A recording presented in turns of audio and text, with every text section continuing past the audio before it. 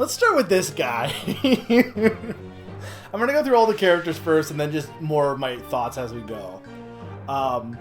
So Umaru, he's super deep. Look, I'm not really a fan of Berserk characters. He was funny in my playthrough. Like I said, if you haven't seen the section in the Dream World, it's if you are a Umaru fan, that entire misadventure was kind of a thing. But you can't control him. He's just he's literally a Yeti. And you know what? That's fine. It's fine when games have joke characters. There's nothing wrong with Umaru. He's silly. But I also don't really have, like, I can't do anything with him. So I can't really grow attachment from a gameplay standpoint. And from a story standpoint, he is a Yeti. So I don't really think there's much else to say about him. That's what Umaru is. Gogo, on the other hand, Gogo is basically kind of similar in that he's an endgame character that is really just there to be silly and not really have much impact on the story at all. But from a gameplay standpoint, he's actually very interesting because, again, if you played 5, you'll probably get more appreciation potentially. It doesn't really matter, but like, because mimics are from 5. But the fact that he can mimic any character, and then the fact that he has menus where you can take any character's individual ability and use it on him, makes him pretty versatile, and he can be fun to fit in to any like party setup. So he's a fun character to use from a gameplay standpoint, and I do like him from that. Also, the fact that I named him Jeffka also elevated him in my books. But from a story standpoint, he's just like, again, another silly joke haha character. Most of the characters you only get in the World of Ruin, which would be these two, pretty much are just there as extra side haha characters. But like I said, I do like Gogo, but there's not really much to him from a story standpoint. Yeah, I mean, they really wanted to shove... I'm surprised they didn't get Chemist in here. They really wanted to shove as many of the classes from 5 in here in some way. And Gogo is absolutely like, well, we really want to bring Mimics back. And then they just did. So, Gogo is fun. Okay. I guess the next one we talk about is... Yeah, I guess we talk about you, because as much as I love Mog, he's not exactly the deepest character either. He's, so technically speaking, if you didn't... It's kind of weird, because Mog is played at the beginning. At the very beginning of the game, he's playable in the first section where the Moogles are protecting Terra. Which, I remember reading a thing at some point, and... correct me if I'm wrong on the details on this. Apparently there's something funny with Gogo. Or I think it's like, I don't know if it's with Gogo or something, but like, so when the Moogles are brought in the SNES version, they all occupy a slot that someone has. And I think like one of the Moogles is Gogo, but like they basically say to unequip. There's some code thing integration with how that works, because they're just occupying that character slot, but because one of them is occupying Gogo, who is not in this, because Umaru you can't remove equipment, but because Gogo is not in the world of ballots at all, I think there's some weird integration with equipment or something. I don't know. It seems really funny. But anyway, the Moogles, the Mog is really cool. It's weird that Mog is like supposed to be the fact that Mog can talk is unique, but that doesn't really like impact anything. And like he is arguably more important in the story than the other two for sure, Umaru and Gogo. But the thing with why are we stuck on Umaru up there? Also, by the way. But the thing with Mog is, he is playable in the World of Balance, but the way to get him, had I not been told, I wouldn't have known to get Mog at that point, because you have to go and chase after this thief and then make sure to select Mog to get him early. Otherwise, the earliest you can get him is in the world of Ruin. And I'm glad you can get him a lot earlier. He doesn't really have much impact. He doesn't have a lot of lines. He's just kind of there to help and be helpful. And that's fine. He's not really a joke character, I'd argue. Not that the other two are really joke characters. Mog is, like, important to the world of the story a little bit. He just doesn't have a lot, like, he doesn't have any character development. He's Mog. It is sad that he loses his entire family. There's little, like, minor things that are cute. Also, just having a Moogle as a playable character is really good. Gameplay-wise, so one thing I wish with some of these characters, Mog is a character whose dances, unfortunately, I think also get outclassed the further you get in. I think they're, ironically, not really useful in World of Ruin. They're more useful in World of Balance. But I do wish well, yes and no, because honestly, throwing people into pits is still pretty fun. But the thing with the dances is I wish you didn't get locked in. I wish it functioned like Terra's meter, where like you lock in for so long, and then the meter runs out, or you had a way to stop it. I wish there was a way they could have made it function so that you weren't locked into dances. There's really no reason to be locked into the dances. But, I mean, Mog can function as a mage, as you saw there. He can, the one nice thing about most of these characters is even if their individual gameplay styles aren't that interesting, they're pretty flexible to be used in other ways. Mog can still be used as a functional character, even if you're not using his personal stuff. I mean, look at Celeste with Runic. Runic I barely used. I also just didn't use many of the summons. I'll get into that later, but I didn't even use Runic that much, so like, whether or not dancing should be better or not, I don't know if it really matters. But Mog was fun gameplay wise for me, and I'm glad I was able to make good use of Mog, because I was a little worried that Mog was going to be too weak, but okay, so that was Mog. I guess we could do Strigo and Relm next. They're right here.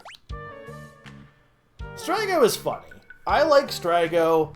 Gameplay-wise, he's great. He's a blue mage. While you could argue blue mages are less interesting in this game, where there's so many other blue mage alternatives, and also a bunch of other... Everyone can learn magic and stuff. I still think he has a spot for sure. And I think it's unfortunate with both Strigo and Relm. Like, this is one of the things, is that I feel like they really wanted to fit as many characters as possible, and sometimes to the game's detriment. Strigo and Relm really shine in World of Ruin more so, kinda, but not really. Like, I like Strigo for what we got to see of him, but let's break down when we actually get to them. Near the end of World of Balance, Terra and Locke go to the village and meet him. And then they go, and then they learn about the world. He joins them, and they go to the Warring Triad. They learn about the Warring Triad, and they go to help the Espers. And then the Espers get destroyed, basically. And then, basically, that's basically it, because you don't need to bring him to the Floating Continent. And then the next time you see him, he's in a cult. And the only other bit of story that we got with him was the little stuff with him fighting, like today, that we found him fighting Hydon. You don't get a lot with him, unfortunately, and it's unfortunate because I think he's a fun character, and I like his reaction with Relm. They have a lot of cute little side character moments. I don't know if he really needs a deep character arc. I don't know if he really does. I don't really know if it's really a bad thing. I think he's fine as is. It's just you don't get a lot of time with him, I guess. Especially for being a blue mage who has lores. You kind of have to go out of your way to get the lores, because you're not going to be using him for that long. Yeah, the spells do feel strong. And I like I said, I like Strigo. I don't really know. Like, you could have had anyone explain the Warring Triad. He just feels like he's kind of like, I think Pon said, it feels like they were just throwing people in at the last minute a bit. But I still like him. I don't know if he would come to mind as like if I was thinking of Final Fantasy VI, he probably wouldn't be like, oh yeah, that's Strigo. But I think he has a great design. Character design wise, him and Relm have like some of the strongest designs in my opinion. I love how they look. I love his crazy hair. He's a funny guy. Relm has a cool hat. Relm is weird. Basically, everything I said about Strago, ditto. You get a bit more story with her because she has the whole thing with the painting in the fat guy's mansion. And apparently she can also be injured on the Veldt if you didn't save Shadow. But the problem with Relm is, gameplay-wise, they already had Gao as like a Beastmaster kind of blue mage, and you had a blue mage. And then you have Relm as a Pictomancer, which is like a new class, but also not really, because you're basically she's basically a Beastmaster in terms of capturing, and then just sketches basically how the Beastmasters work, kind of. Like they capture and release, and then they can also control and use. So she's basically a Beastmaster. And it's kind of weird because I almost think they could have just made Pictomancer be its own thing and almost would have been better. I don't know what that could have been. But like with Relm, you don't really... Yeah, Relm is like just straight up a Beastmaster, I would argue.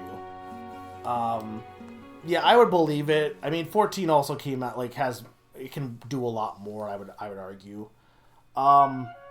But yeah, Relm didn't get to do much in the final tower, unfortunately, but she's, like I said, she's cute.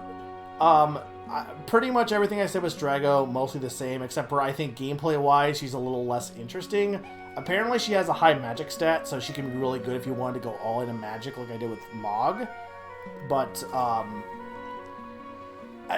like a lot of the characters right now, this bottom part of them feel like characters that were just kind of thrown in to be extra characters for world building, and that's not necessarily a bad thing. Not every character needs to have deep development, but I do think if you're going to have a character just be in to world build, they should have good gameplay too, you know?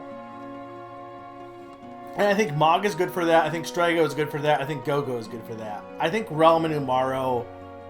Relm is interesting because she is a Beastmaster, but again, there's so many other characters that do the same kind of thing that she does, and we don't get a ton of time with her, so she doesn't really get to stand out as much as she could have, unfortunately. I think is my take on her. Okay. I guess... Yeah, I guess you're next for some reason. Why are you next?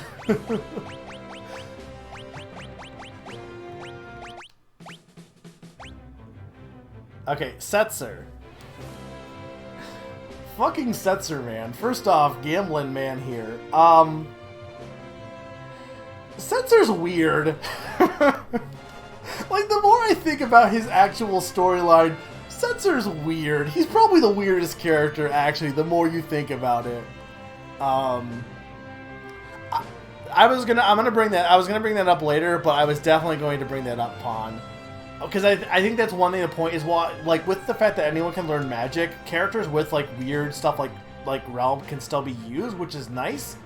But it would have been cool to just have her go all in on being one thing and doing it well. And I think also, yeah, I'll get to the magic a bit later, but it is weird that, like, the fact that everyone can use magic, first off, to loot some characters, and also while it does give other characters something to do, it also doesn't really make them unique either. But Setzer is fun. Story-wise, he's kind of just an excuse to get an airship, honestly. Like, when you meet him, he's trying to kidnap someone from the opera just because. And then after that, he just joins you just because he lost a bet, basically. He just is with you. And then in the World of Ruins, he's like, there's nothing to fight for, I'm gonna drink. And they're like, you shouldn't do that. And he's like, you're right, let's go dig up my girlfriend's grave. And then he does. And there's an airship in it. And then we learn, oh yeah, he used to date this, like, this adrenaline junkie and then she died. Like, I don't know where they were going with his story, to be honest. Like, are they saying... Like, even in the end, when he's like, what do we have for live for? This airship. Like, I'm not really sure what angle they were going for with Setzer. I don't know if it's like, you know... Like, I guess you could argue with the whole theme of not worrying about losing stuff. Like, he gambles stuff. He's like, his girlfriend died, but like, he's not gonna, like, he's gonna honor her legacy by still, you know, like, playing it safe wouldn't be right. But then he does play it safe when he loses the blackjack, but then he gets reminded of that you should take a chance on me.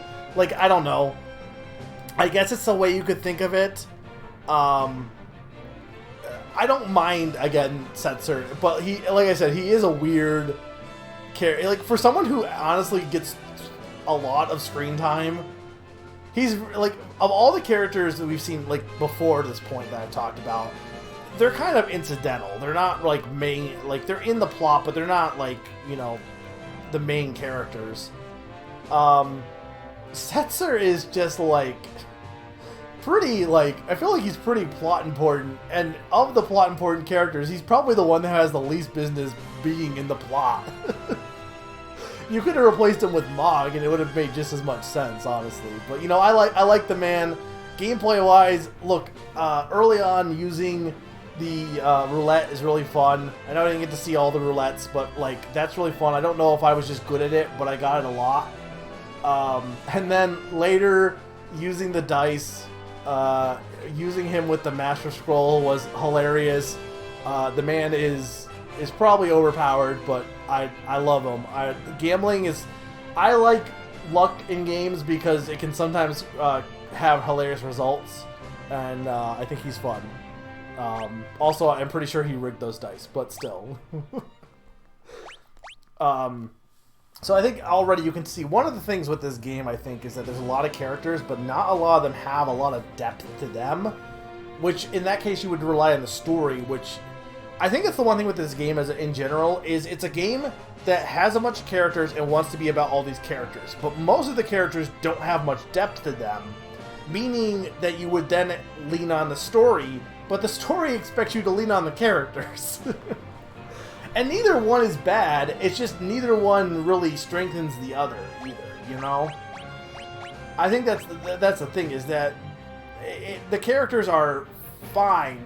Chrono Cross is the same problem. It has so many characters, but it doesn't really... Some of them don't get as much development as they could. Some of them get quite a bit, actually, in that game. But...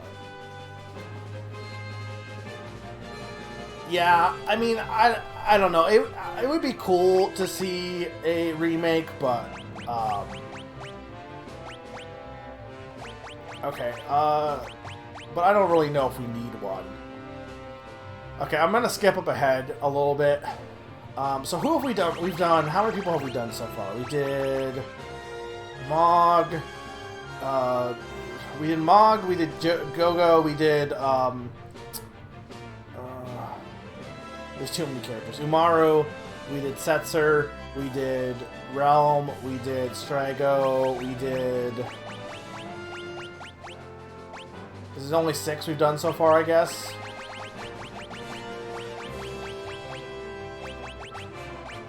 Okay, so let's move on. I'm gonna move up a little bit, though, so this is 7. Gao. For a character who has very little impact on the plot, it's interesting comparing him to Setzer. Because I think compared to Setzer, he actually works way better with the story, despite being very arguably unimportant.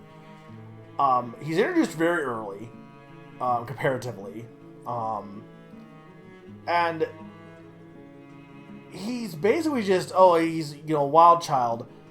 But he's also a character who was abandoned by his father due to grief, who couldn't move on.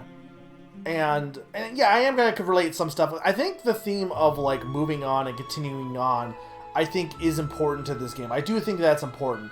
And I think with Gao, that's, like, core to his story. Because his father couldn't, and Gao kind of just did. He just grew up, and he kept living, and despite not having a family, and he's just happy that his father's alive. Like in that scene, when he finds out his father's alive, he's just happy his father's alive. He doesn't need like what could have been. It's just keep moving on. I think it's a small, like, minor storyline, but I think it does resonate with the rest of the game's narratives. And of all the most incidental characters, he's probably the one that resonates the strongest with those themes, I would argue. And I respect him from that. From a gameplay standpoint, same issue with Mog. I wish the rages he wasn't locked into. I wish that once you use them, you could also back out. But I think he's a very unique character. He is kind of a blue mage, but not really. He's actually interesting, because I don't really think he has any direct analog to Final Fantasy V.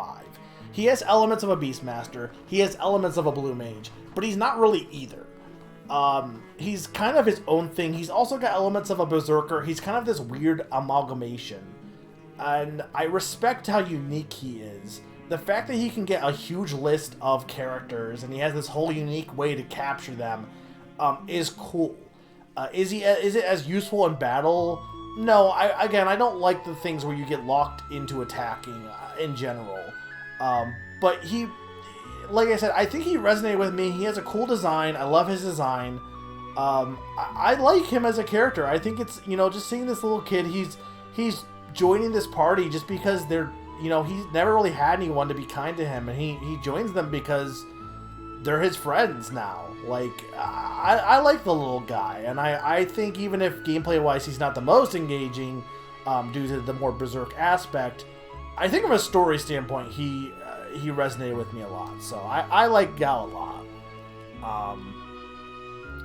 Yeah, I think Gao is a character that when they, like, okay, they had, I assume, I don't know this for sure, I assume they were like, here's our first cast, like, all these important characters. Like, here's, Terra, here's Celeste, here's these people. And then they were like, okay, let's come up with some new characters. Gao. And I think Gao was one of the first ones that came up with that still resonated. And the further out they got, the less they were able to resonate as strongly. Strago doesn't really have elements of the whole moving on thing, neither does Realm. They could have gone harder with that considering what we found out with Shadow, but they don't really do that too much there. But yeah, I'm Gao's biggest fan, I think, of people who played 6. I think he's underrated. I'm not going to say he's the best character, but I like him. He's fun.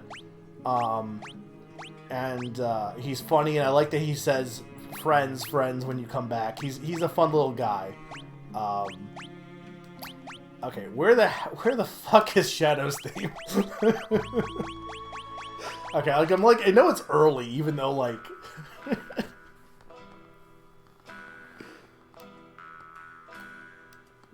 Shadow is not a cowboy. Shadow is weird. Shadow is weird on a lot of levels because I don't really know if the game knows what they're doing with Shadow. But he's not weird in a way like Setzer is, because Shadow's weird in a way that he is very key to the story and arguably does fit with the themes of the game really well. But he's just kind of there. So what we learned of his backstory, which you can only find out by sleeping like 50 times in a bed, I get that he was like a thief, and then his partner got killed, and then he couldn't put him out of his misery. So the fan theory, by the way, is the thought that his partner became Kefka, that the Empire got a hold of him and experimented on him and drove him insane. And that part of the reason why he keeps showing up is that he wants to, actually, do what he was supposed to, he couldn't move on. And I think that's a thing with his journeys. He ends up then settling in Thamasa a little bit. And because he can't move on and he's stuck in the past, he can't live a life with his new family. He ends up just abandoning his name, basically. He's a very interesting character in that respect. I think it's weird that you don't really get to see him that much. Like, a lot of that aspect doesn't even get shown unless you save him, and you have to know to wait for him, which is, like, I'm assuming the game kind of expects you to let him die. Alright, no problem, PK. If you want to look at this, yeah, if you want to watch this later, just let me know, but I also get it's late. I'm almost done with the characters, that is, but yeah. Thank you for the congratulations, and thank you for watching. Shadow's designs are fine, I think, personally. It's okay. But you first meet him with Sabin for just to have him. And then he's just like, I guess you don't really get him again until you with Terra. And then you barely get him during that. And, like, I don't know. I think their usage of Shadow was just like, I'm not really sure what. I feel like they could have used him more, to be honest. Because I think he has a lot of strong ties to the themes of the game, and I think they could have made him like a major character, and they just don't really. And I don't really know. I think if he got more screen time in the World of Balance, I think that would have helped. Even if he did die then, I think just having him have more usage in the World of Balance would have been cool. But he didn't really. Gameplay wise, he's great. He's just a ninja. He has the throw. He's just good. He's not anything like revolutionary, but he's just solid. So from a gameplay standpoint, he's great. From a story standpoint, I think he's a good character. I think they don't use him right in the story, I think, is my take on him. Okay, why is Terra's theme so far down? Who is left? That was 7. That was 8. We have 1, 2, 6 more. So it's what? The brothers, Terra, Locke, Celeste, and Cyan. Okay.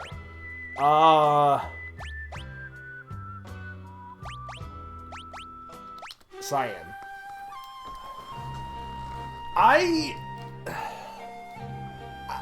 Cyan is great. I love Cyan.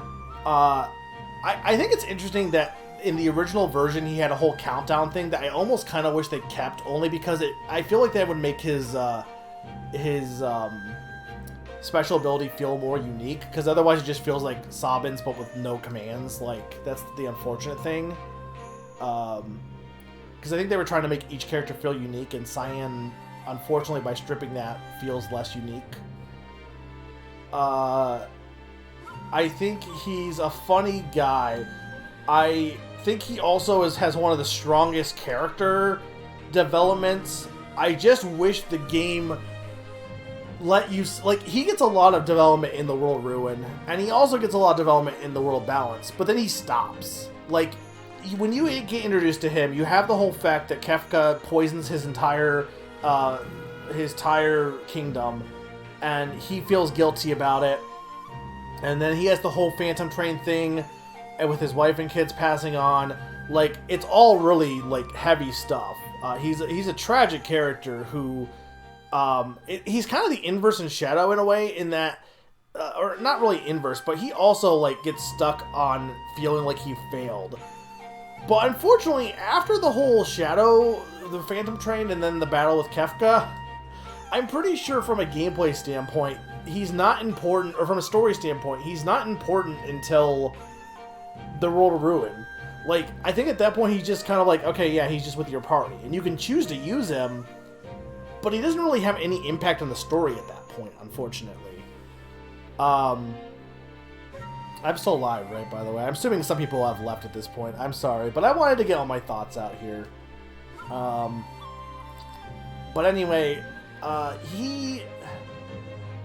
liked what they did with him in the World of Ruin a lot. I like the fact that he feels the need to help this lady who was also lost her boyfriend, and how he grows from that. I like the fact that even despite realizing that you have to help him in his nightmare, I like this character a lot. Again, I just don't think they use him much in this. This is why I like the World of Ruin more, though, because a lot of these character moments, like with Shadow and Cyan, that fit with the game's themes, you don't see them in the World Balance. You see them in the World of Ruin. And while they don't really fit with the game's story, they do blend well with the game's themes and leave an impact on me. It just sucks that the first game is just spent like chasing Kefka. Part of the story is spent chasing Kefka and focusing too much on characters that don't really, who despite I'll get into it. I know I'm gonna be hot take, but despite the fact that we see a bunch of them, don't really get much development. But yeah, I like Cyan. I just wish I didn't use him as much as I could have, and I wish the game did more with him, I guess. But I think he's a good character. I think he's really strong. One of the strongest characters, I think.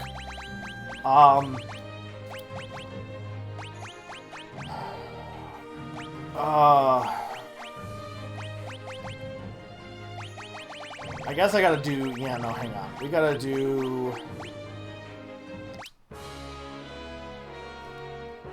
The brothers.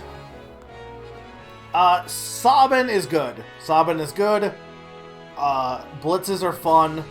He feels super... He's probably the best gameplay-wise. He feels super unique. The fact that you have to input the commands. He's good on that respect. From a character standpoint, he is very simple, but that is fine. There's nothing wrong with simple characters. You don't need a character to have character development per se. Sabin already had his character development before the game started. He's somebody who wants to get stronger to protect his brother, and they have a sibling bond, and they have a really good relationship. It's great. He's a funny guy. He gets to do funny things. It's funny. And I think there's nothing wrong with characters that don't leave a big impact on the story. I think he is a good character from a theme standpoint because he is the perfect example of what I'm talking about with not feeling like you need to hold on to what's been lost. Edgar obviously ran the kingdom, but Sabin did his own thing. He didn't feel like his parents were gone. He still grew and became someone that he wanted to be. He didn't get drowned in the loss. And in the World of Ruin, he's the first guy you meet because he's like, no, I'm gonna keep going. I'm gonna keep living. He's very strong-willed, and I love this guy. He's also not that deep, but that's fine. And I respect that. He also goes well with his brother because his brother does care about the past a little bit, about like being locked to, his duties and stuff. And Sabin's like, look, I get that you still need people to care about that, and I can, help, protect you in that respect. I can let you... It's not that Edgar isn't moving on, but, like, they balance each other pretty well. I think the thing with Edgar, his tools are kind of interesting. It's kind of a weird thing where I'm not really sure, like, yeah, they're items, but, like, they're really not any different than Cyan's right now. But they're fun. They got some fun stuff to them. From a story standpoint, Edgar is weird because he should be like one of the most important characters, considering how early you see him and how much he's basically one of the leaders of the Resistance. But he really doesn't leave that much of an impact. Even when you meet him again, he's just basically pretending in the World of Ruin. He's pretending to be a thief to help his people. But that's it. Like, you don't really get much else development with this guy. And you know what? Like, that's fine. These two are both solid characters. They both remind me of Five's cast, actually. Like, the one thing about Five's cast is they're not trying to be these deep, complicated characters. And the gameplay standpoint with Five helps raise them up a bit. And the story is not anything incredible, but they're fun and they interact well with each other and they have a good relationship with each other in 5 that you love them just even if they are simple. Edgar and Sabin could have been put in 5 and they wouldn't feel out of place. And that's not a knock on them by any respects. So I think the thing is the game wants to be deeper than it is, and so the characters that they try to do more with but don't fully hit their highs feel a little lacking. But Edgar and Sabin, like, they're not like Umaro and stuff where they don't have any impact, and they're not like Gal where they have very little impact. They do have an impact. They're just simple. But because they're not trying to reach high highs, you don't feel as burned with them because they're just solid. So yeah. No, they're simple and clean. They're great. Alright. Celeste. I think Celeste is probably the one of the best handled characters, kind of caveat asterisk. Terra probably actually is the best one. Celeste is weird. And Celeste is weird because of one character who I'm going to get to. Because she's very tied to that character. I think Celeste has some of the most development, and they spent a lot of time on having you use her. And I think from a pacing standpoint, how they handle developing Celeste is done the best. It's not like with Miku or with Terra where they feel like they just kind of pause her development for a bit and then you get back to it later. It feels like Celeste is constantly getting development throughout the entire game. I feel like they really put a lot into Celeste. The unfortunate thing is I feel like a lot of her character development depends on another character who I think could have been done slightly better in some ways, and I'll get to why. I know, I don't hate them. I just wish there's some things they did a little bit better. But I think her whole thing of feeling like she had to do duty and not being able to live and not being able to move forward because she is locked to being this soldier, I think is interesting. I think they could have done more with her relationship with Sid. I don't hate Sid. I know, Sturm, you do not like Sid. I know people will be like, oh yeah, he's the worst Sid. Look, he made mistakes, absolutely. So did the Sid from 4. But the thing with Sid is they try to make Sid into this character that is supposed to be emotionally important to Celeste, and it doesn't really work because they don't do anything with Sid to make you feel that. He's just kind of there briefly. So I think my problem with Sid is more so in the fact that he's supposed to be this important character to Celeste, and he really is just there. But I don't really... okay, what does Sid actually do? He shows up, he's like, oh, I can make Magicite better. I could actually use Magicite instead. And then he's like, oh, what? Wait, we're ruining these creatures? That's bad. Oh, I wish Celeste... I wish I had been nicer to Celeste. Then he just shows up at the meeting and is like, you know what? We should be nice to returners. And then he dies. And that's it. That's basically what happens with Sid. And he dies because he dies being like, oh, I'm gonna be your grandpa and stuff. And it's like, I think Sid's a character that should have showed up way earlier. I don't know if he should have showed up at some point with Kefka or something, but he should have showed up way earlier, had some interaction with Celeste beforehand, and I think that would have helped Celeste's character development a lot. Yeah, he should have had a freak son. Yeah, I think Celeste is a character that, her scene on the island is very impactful. The fact that she's a character that doesn't really, isn't able to find something to live for the longest time. And unfortunately, the thing that she finds to live for, again, I get it. She finds somebody who likes her for who she is, and that, I think, is great. I think in that respect, the opera scene is great, that she gets to be a woman and not have to be, apparently in Japan, her dialogue in that section is, before the opera, is very kind of I don't know about masculine, but it's very formal and like a general. And after that, she speaks more feminine. I don't know. I don't know what the language is, but I just know she has a shift in dialogue change after that scene, and I think that is I think it's interesting that I think she's a very interesting character in that respect. I think the fact that she becomes the main character, the character who had nothing to live for, is the one to unite everyone. I think there's a lot of good stuff with her. The unfortunate thing is that I think they're trying to reach, like, again, you get to see where they're hitting a ceiling, where at the time they just don't have, they're trying to push boundaries, and unfortunately they don't quite hit as much, because they have all these characters to work with, and because, like, Celeste is kind of sharing main character spot with Miku.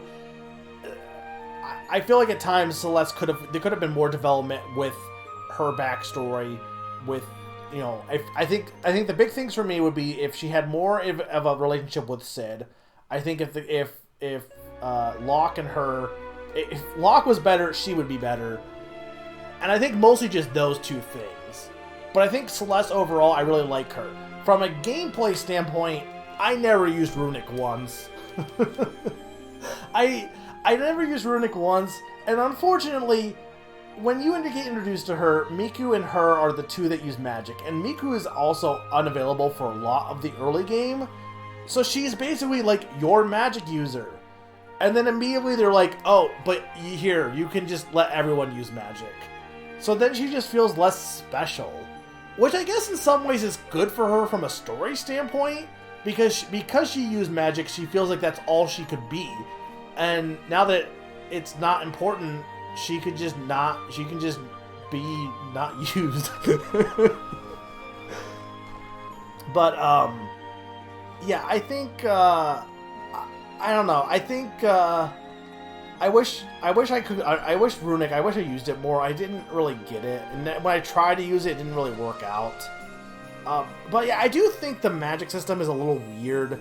I wouldn't say it makes every character feel the samey. I know 7 does a similar thing, but it does feel like with 5, it felt like when you're building up these classes, you're making unique character builds. Here, the end result is everyone just learns all the spells. And for the characters whose magic is like their whole thing, it just kind of makes them feel a little less unique is the thing, and I don't know. From a gameplay standpoint, that's kind of unfortunate. But yeah, I have really, like, complicated thoughts on Celeste because I don't know what the answer to how they should have done her story is. Beyond, like, what they have of her character arc is great. I like her character. I like her character development. I think they just could have done it more and better. Like, I think one thing for me is the scene when she rejoins you on the ship with Terra, and Terra talks to the General Leo, and then she's like kind of not talking to Locke. Like, I don't think that was handled right. I'm not really sure what the point of that whole scene is, that they don't trust each other entirely, but like, I don't know. It doesn't really, like, it doesn't, it needs to cook a little longer, is basically what I think my opinion is. I think Celeste is great, it just needs to cook a bit more. I think she just needs a little bit more time in the oven. But I don't think she's bad at any respect, and I think she is I like her character, and I like how strong it is with the themes of the game. Alright. I don't hate Locke. I don't hate Locke. I don't hate Locke. I don't hate Locke. The game really, really shoves Locke in your face way too often for how little they develop his character. So, the amount of times that you get Locke, you get him at the start, you get him for the whole rescuing Celeste, and then you get him, like, he joins you to save Miku, and then you have to use him with Celeste to go to the Empire, and then you have to use him on the sub with, like, he's everywhere. He is probably the most forced character in the early game. And it's kind of insane that he gets almost no character development despite being so tied to Celeste. His whole... Keep this in mind, if you didn't go to that one town to see the backstory of that girl, he has almost no character development then, because you don't even get that context of of the reason he's protecting women is because he feels like he failed. But even then, I feel like it's a weird thing where, like, I don't know. I feel like it's really weird that he simultaneously feels bad about his girlfriend dying, or in losing her memory and then dying. He feels bad about that he feels like he needs to protect any woman. But then meanwhile, he also, like, still is trying to revive his girlfriend. And I know part of that goes into the themes of the game of needing to move on and stuff. I think ultimately my biggest issue,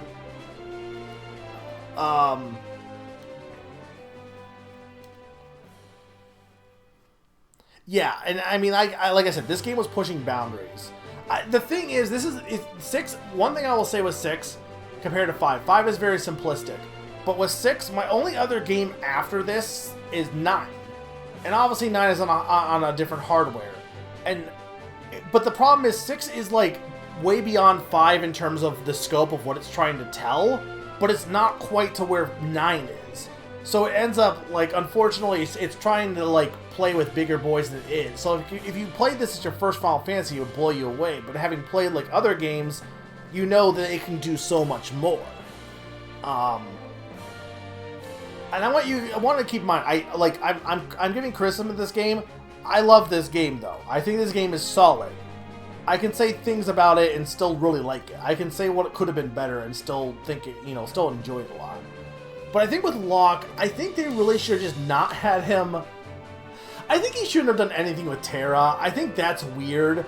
I think if he just fell in love if he fell in love with Madeline, but then also still felt like he needed to protect his girlfriend, and if the reason they fell out is because he couldn't move on, like with the whole sub thing, instead of feeling like he didn't trust her, I think if you were going to go all in on the themes and have him not be able to move on and be stuck in the past, I think that's the way you should have gone. I think if you wanted to have them be a couple, they should have gone all in on it.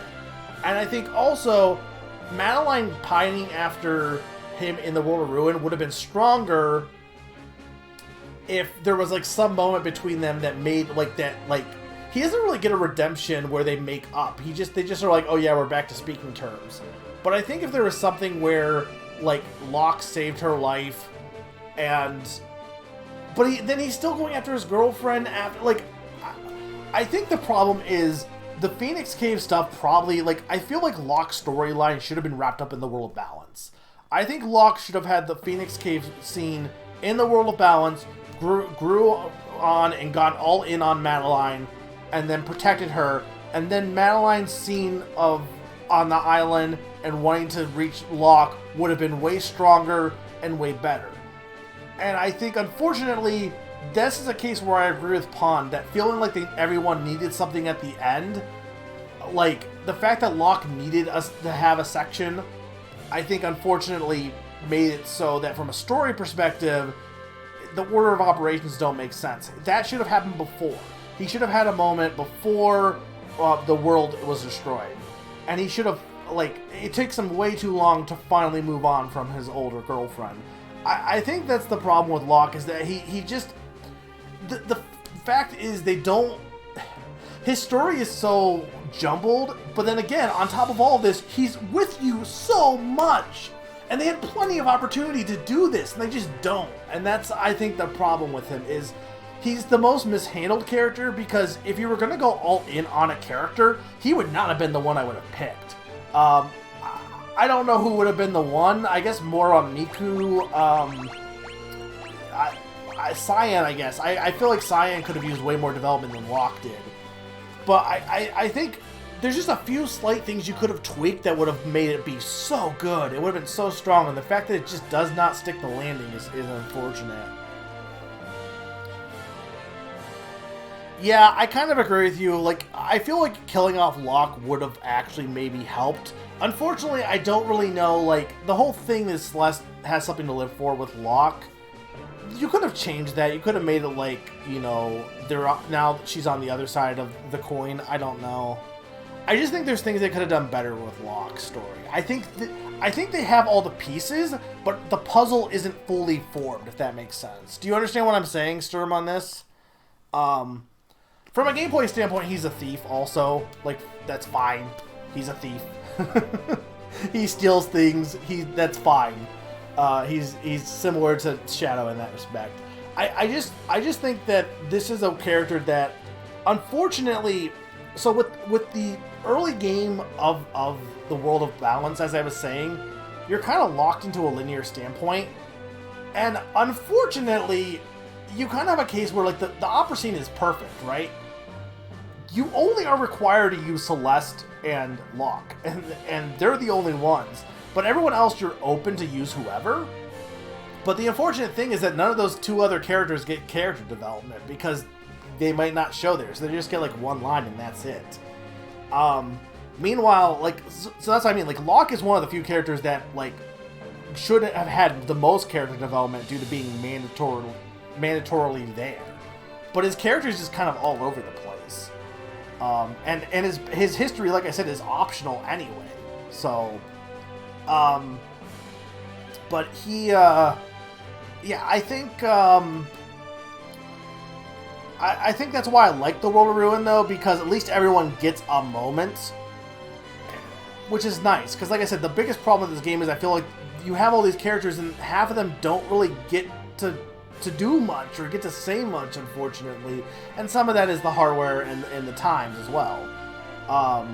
So I think that's my biggest problem with Locke is, like, if you're going to have a character be forced in, then you should be, like, really committing. And I just don't think they commit as much with him as they could.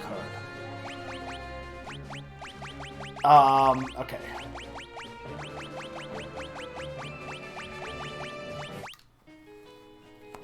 Yeah, Terra takes a big bite and yeah, exactly. That's the perfect analogy.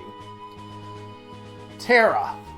Terra is a character that I think ended up being really good at the end, but it took a bit.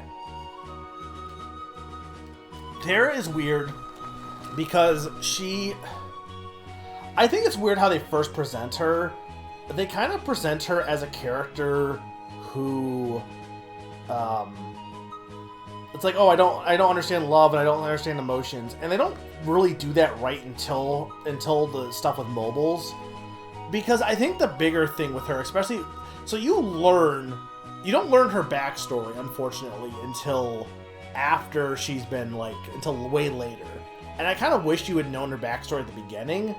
Because knowing her backstory, you know that, oh, okay, she had an Esper mother, or Esper father, and a human mother. And she was captured by the Emperor, and basically her entire life she's been enslaved and had no control or she doesn't know anything. She doesn't she doesn't understand any relationship with anyone, because all of her, she's just been used as a tool. And even once she's been free, immediately as she's been free, the Returners are like, hey, we can use you to defeat the Empire. She's been used as a tool for almost the majority of the game, until the World of Ruin, to be honest. So most of her usage is just of course she doesn't understand love, because she doesn't understand, she's never been able to do anything but be used by other people. She's kind of similar to Celeste in that respect, except for on a grander scale.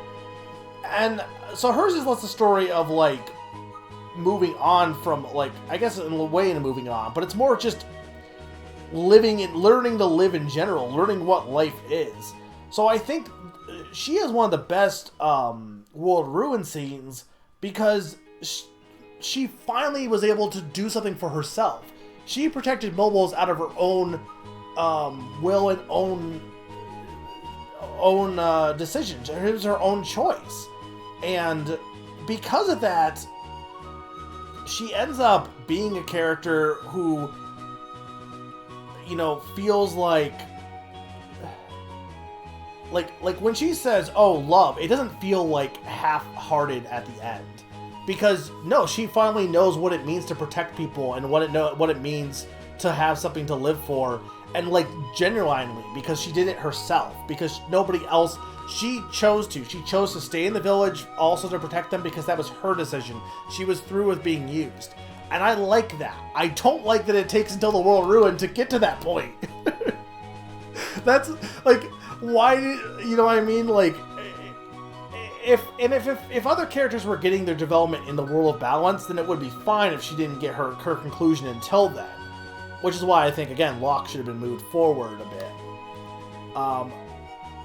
But yeah, I think I like what they ended up doing with Terra eventually. I just think it was kind of clumsily handled, and the fact that you don't really, like, get to use her much through most of the beginning is kind of unfortunate.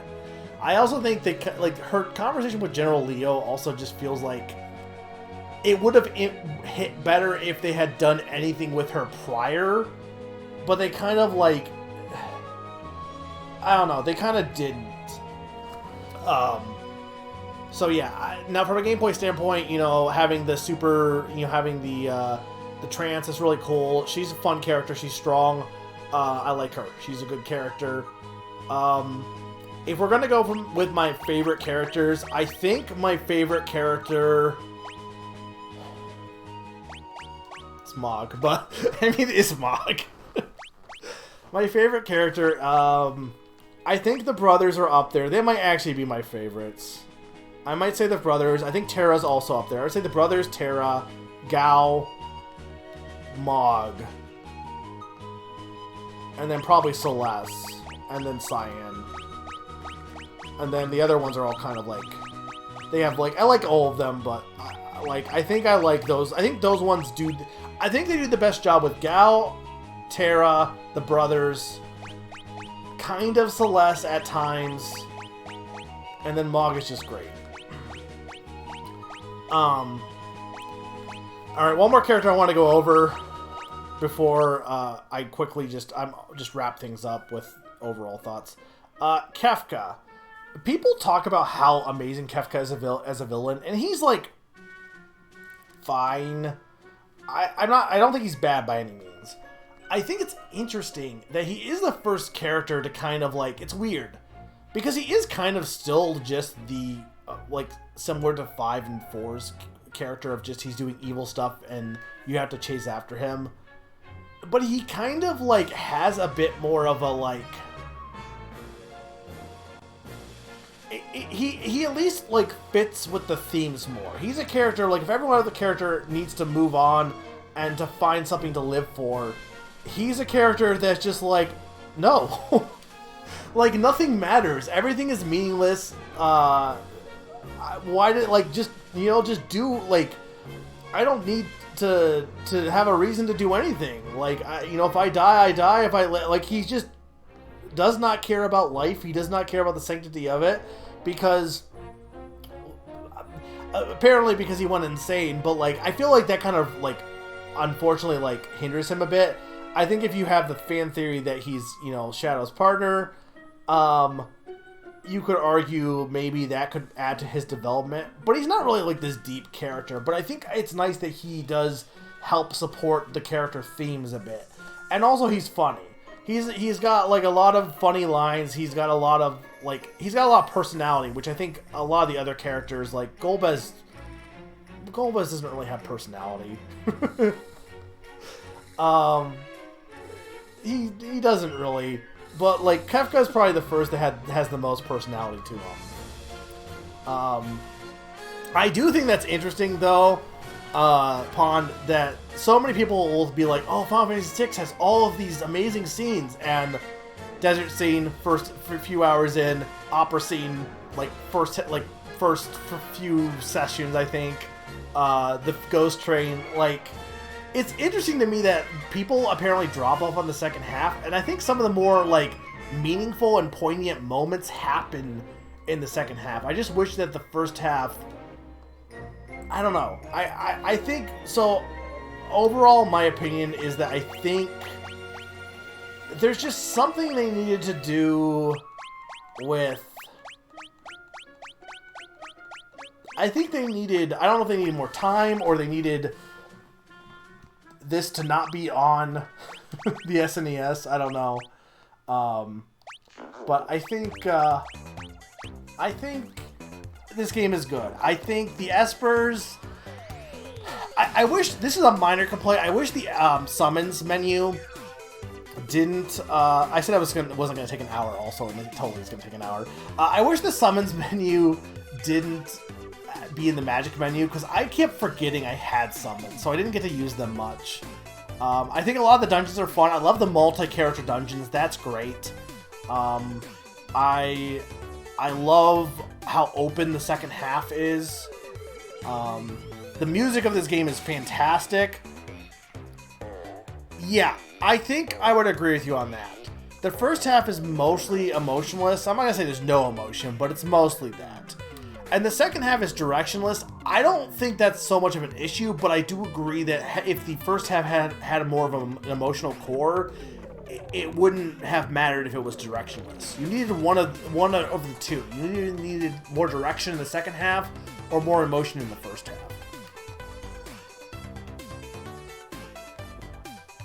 Yeah, I would agree. Having played 9, he's a character that I think ends up really, like, you can see where that character got a lot of DNA from Kefka. But yeah, I think overall, I think this game is really good. I think if this is your third Final Fantasy, like back in the day, because it was the third one to come out for America, or if it was your first, like, yeah, they knocked it out of the park. It's really good. I think whereas Chrono Trigger learned is Chrono Trigger is helped by the fact that it is a time travel story, and normally that would be a problem, but because of the fact that it allows it to be more open-ended and fluid with how it tells its story, because of that, it ends up being a strength, ironically. And Chrono Trigger's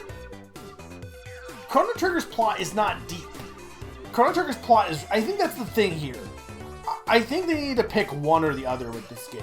Chrono Trigger's plot is really simplistic. Kill Lavos, that's it. They're trying to find out how, but that is basically it. It's just kill Lavos. The characters aren't super deep, but because the plot is very simplistic, you can allow them to get a lot more development and a lot more time to shine, because you're not worried about all of this telling of the plot and telling of what's going on and telling of alliances and who's on what side. None of that matters. You get a little bit more character moments because ultimately all they want to do is kill Lavos. In this game, the whole first half is so busy with, okay, the returners have to go here to get Narshe to align with them to defeat the Empire. The Empire is trying to, then later is like going to have a peace treaty with them, and then they need to go and like, it's not that complex, don't get me wrong, but it does mean that you don't get as much time with the characters because they're so busy telling you what's happening. I do like it a little better in some respects than the classic Final Fantasy plot of, oh, this character is doing a bad thing, go chase after him. Oh, he did a bad thing, go chase after him. I do like that there's a little bit of complexity, but unfortunately, you did it in the game where you had 14 characters. If there was ever a game where you didn't want a complex plot, it was this one. Chrono Cross kind of suffers from the same problem a bit. It does and it doesn't. I'm not going to say much more. Sturm, you and me could have a whole discussion about that when you play it. There's a lot to love about that game. There's also a lot to scream about with that game. We will talk about that later. I think also for me, having played 5, I can see where a lot of stuff was taken from 5. So unfortunately, I think like it doesn't wow me as much because I'm like, oh yeah, they took this from 5 or they used this from 5. But yeah, overall, I would say this is an 8. I think it doesn't do anything wrong. I think it doesn't do anything as good as it could. But I think it's really strong. I think especially if you played 4 and then played this, it's pretty incredible. And it's kind of unfortunate they didn't make any more 2D Final Fantasies. There's a lot of really good music. There's a lot of really good, you know... the Pixel Remaster has a lot of cool art and cool scenes. I think is really good. Is there anything... I gotta wrap up here before 2 o'clock. Is there anything else I should say, Sturm, that I haven't talked about? I think I got a pretty good idea of what my opinion on this game is. Basically, I think my summary is that it doesn't do anything wrong, but it doesn't do anything that like stands out as like incredible. And I think also like 9 is just... I think 9 in some respects is this, but better. And unfortunately, I played 9 before this, so, you know, nothing's going to top 9. My favorite color is Smargleberry. So yeah, this Final Fantasy, man, I've played 4 of the games now. I've played 4, 5, 6, and 9. Specifically in the order of 4, 9, 5, and 6. But it's fun. I don't know what I'm gonna do next. I do want to finish 8 at some point in 10. If I do play it, it'll probably will be next summer, maybe. But I really like this game. It was a nice game to play during the summer when I didn't have to think about work. And I hope you guys enjoyed it. I think playthrough-wise, I wish there was more funny moments. Like, I feel like 5 had a lot of funny moments. 6, I don't know. It felt like a lot of going through the motions, unfortunately. The game was not that hard either, for better or worse. It's a pretty easy Final Fantasy. And I'm okay with that. But yeah. Well, I did technically play 8, you're right. Well, 3 then, if you want to add that, then Pon. Okay, you know what? Fine, I'll talk about Ultros. They should have just put Gilgamesh in this game. Ultros is worse Gilgamesh. I do think the game, like, I do like how overpowered you can become in this game. I guess it's no different than the class system, but the final boss is still hard in 5. But here, like, if you do the Colosseum and stuff, you can become wickedly overpowered, and I'm fine with that. That's fun. I don't think that's a problem. I think there's a lot of fun stuff in this game too. I like a lot of the weird, like, there's so much I could talk about. Just watch the whole playthrough again. But yeah, Ultros is fine, Pon. He's just like worse Gilgamesh though. Okay, I think that's it. Anything else before I say goodbye? I hope I didn't ruin anyone's opinion on this game also, because I really like this game. I think this would be a great game to see like an anime adaptation that goes further and deeper and stuff. I don't have an issue with remakes or revisiting stories if you're doing something new with it, though. You know what I mean? I don't want just a remake that's like, okay, here's the same game, but more. I want, like... I think adaptations are interesting because you can get, like, more flavor and stuff in that respect. I don't think we need to have a Final Fantasy VII style remake of this, though. It would also take forever. Alright, I'm going to sign off. Next time you'll see me will be next week for Monster World 4, and then I will be doing a lot of first looks with Bakaru and Action 52 and UFO 50 and Plucky Squire and something voted by you guys if you're subbed. So I'll be working on that poll. Check the Discord for that. Otherwise, yeah, it's kind of sad this is over. I've been, you know, maybe I'll do another big RPG here sometime because it is kind of sad that I don't have another big game to play every week. So, but thank you guys so much. This game is fantastic. I will say again, I know I was kind of criticizing this game, but best Final Fantasy ending by far. I love the ending to this game. It was so good. The final dungeon, I think, also was really fun too. I like splitting up the party a lot, and I'd like to see that more. It was something I liked in 9, that you got to have different parties. So that was fantastic. Great game. Go to bed. Bye. Jeff goes the bed.